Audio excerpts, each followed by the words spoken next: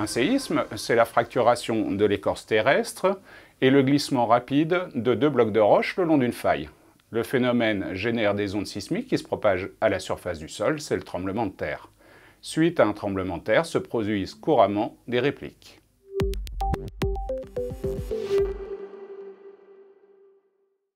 Il existe deux paramètres à ne pas confondre pour évaluer la force d'un séisme, l'intensité et la magnitude.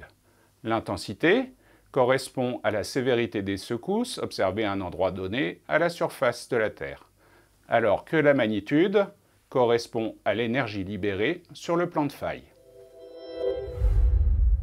Il existe plusieurs échelles de magnitude. La magnitude de moment mesure l'énergie libérée sur le plan de faille. Elle dépend de la longueur de faille et du glissement qui se produit sur cette faille. La magnitude locale et la magnitude de surface sont quant à elles déterminées à partir des enregistrements des stations sismologiques en mesurant l'amplitude des ondes. La magnitude des ondes de surface est la magnitude utilisée dans nos applications pour les installations nucléaires.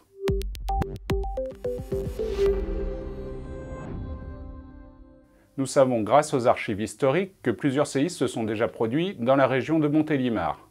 C'est notamment le cas lors du séisme de 1873 qui s'est produit dans la ville de Châteauneuf-du-Rhône.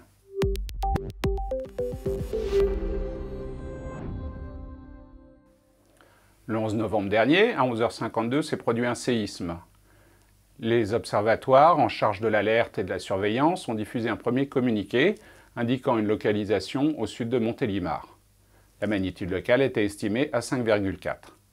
Les scientifiques, en utilisant davantage de données, ont ensuite affiné leur localisation.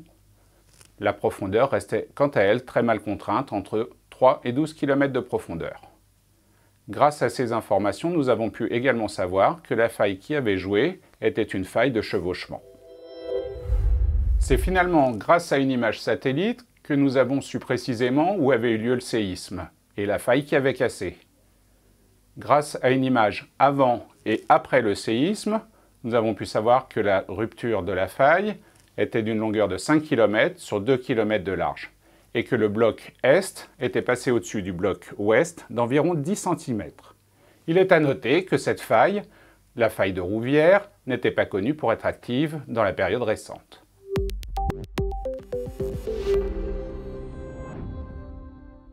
Le séisme du 11 novembre s'est produit à une quinzaine de kilomètres de la centrale de Cruas.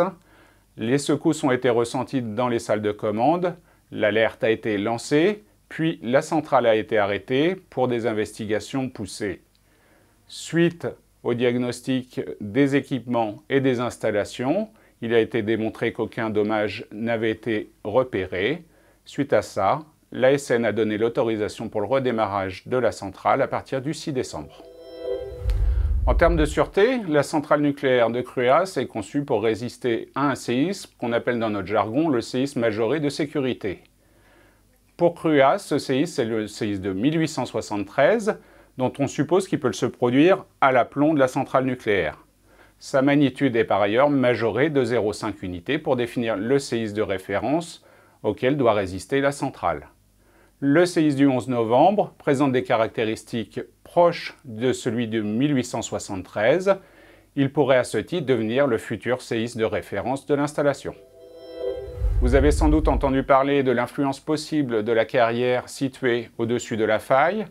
Cette hypothèse n'est pas exclue, mais reste à démontrer. Quoi qu'il en soit, la faille était chargée par les forces tectoniques et devait casser. Enfin, le travail des experts de l'IRSN continue. De nombreuses données restent à collecter et analyser pour améliorer la connaissance sur les séismes et la sûreté des installations nucléaires.